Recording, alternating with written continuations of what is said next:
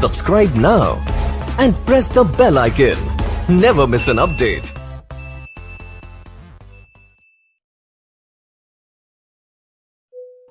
Hi guys, this video is about fair value adjustments.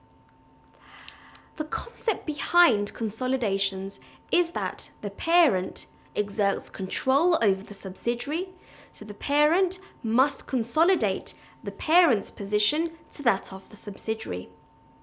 Now, upon consolidation, we must consider the market value of everything. Market value is also known as fair value. So when we are doing the net assets list and the group structure and any other important working, we must include the fair value, so the subsidiary's assets will make the goodwill calculation realistic. The standard IFRS 3 says that the fair value must always be considered. And the fair value adjustment could mean additional depreciation implications. So we must depreciate the assets further for the period after the acquisition date. So when we show fair value adjustments, we show it on the face of the balance sheet under property, plant and equipment. We plus or minus by adding or taking away the adjustment, which represents the growth or the the reduction in the subsidiary's assets. Moreover, if the asset has gone up, then we must take away additional depreciation. But if the asset's value has gone down, then we add back the depreciation figures. So on the face of the balance sheet, we must show this adjustment. But then this adjustment must also be shown in the subsidiary's net assets table. The fair value must be shown everywhere. So here is the subsidiary's net assets table shown at 2 points in time, at the date of acquisition and at the date of consolidation. With the fair value adjustment, you must show that the difference between the market value of the subsidiary's assets and the difference between the net book value of the subsidiary's assets is that, and the adjustment only is either added or taken away. But whatever it is, it must be the same at both columns. However, the additional depreciation implications is going to be shown in the consolidations column only, because the additional depreciation happened after the acquisition date. Now this is what you do on the net assets table. Now let's apply our understanding of net assets table and fair value and all the other knowledge you've gained so far to this little example. On the 1st of October 14, Pyramid acquired 80% of Square's 9 million equity shares. At the date of acquisition, Square had an item of plant which had a fair value of 3 million in excess of its carrying amount. At the date of acquisition, it had a useful life of 5 years. Pyramid's policy is to value non-controlling interests at fair value at the date of acquisition. For this purpose, Square's shares had a value of $3.50 each at that date.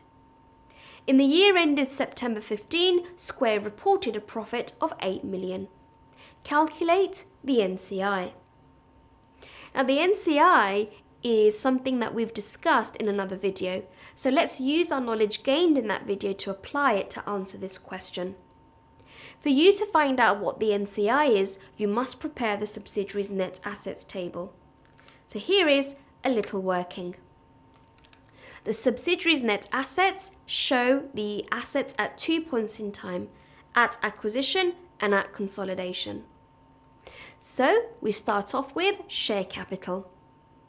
Now we know that Pyramid acquired 80% of Square's 9 million equity shares. Now, because we don't know what the subsidiary's par value of the shares are, we do not know what the balance of the share capital is. So we can just ignore that, because these two are going to be the same at both points in time. When we take it away to find the growth, it's going to be irrelevant to us. So then we move on to retained earnings. We are told at the very last line of the scenario that Square reported a profit for the year of 8 million. Now we don't know what the retained earnings at acquisition are, but we do know that the retained earnings at consolidation are $8 million greater because the subsidiary has made a profit of $8 million, so therefore retained earnings would grow. So then what you can do is just put 8,000 in the consolidation column. And then we are discussing our subsidiary's plant. If you read that sentence again, Square has an item of plant which had a fair value of 3 million in excess of its carrying amount. So that means the difference between the plant's market value and the difference between the plant's net book value is 3 million. 3 million in excess. So we need to show this fair value adjustment by adding this 3 million at both points in time. Now we're also told that this plant has a useful life of 5 years. So we need to also depreciate this excess by 5 years. So the depreciation is going to be 3,000 divided by 5, which is 600. And this additional depreciation is shown in the consolidations column only.